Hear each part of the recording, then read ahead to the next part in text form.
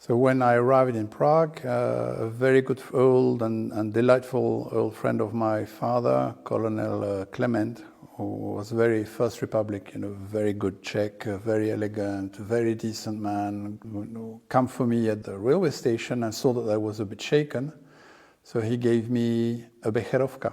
I was 14, had not slept, I was rather stressed, and it was 7 o'clock in the morning. That was terrible. My first experience with becherovka. From that, I really understood that unless you live in a totalitarian regime, you can never completely understand what it means. And that has helped me understand a bit where people come from. In late 1989, when things started to really develop across the Iron Curtain, my mother was at the French embassy in Vienna for atomic energy, and my father was just retired, so they were close and available. And in January 1990, when the Velvet Revolution really won, was our first trip together with my father to the Czech Republic from Vienna. So I was driving, we were heading for Žďár and Chlumec and Prague.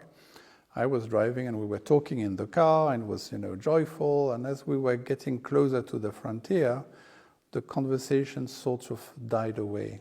And so we stopped at the frontier, turned the windows, at the times it was manual, gave our passports to the guard who 2 weeks before would have shot at us, who looked at the passports, you're coming back, this is great, welcome, and saluted. So I drove on into Czechoslovakia, and I stopped after 300 meters and said, this was so great, let's do it again. And we turned around, said, you're leaving already? No, it was so good, we want to do it. So they saluted again, and so we did it twice. In Czech, we say that coffins do not have pockets. What you do has to have meaning. We focus on making money. And then what? Then what? You die. You don't take your money with you. You're dead. You have nothing. The only thing you have is what you've left, what you've given away.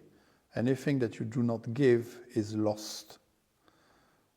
That's the truth of life. So that's what we try to live. If I don't, not being that romantic, we try to make sure that what we have serves a purpose.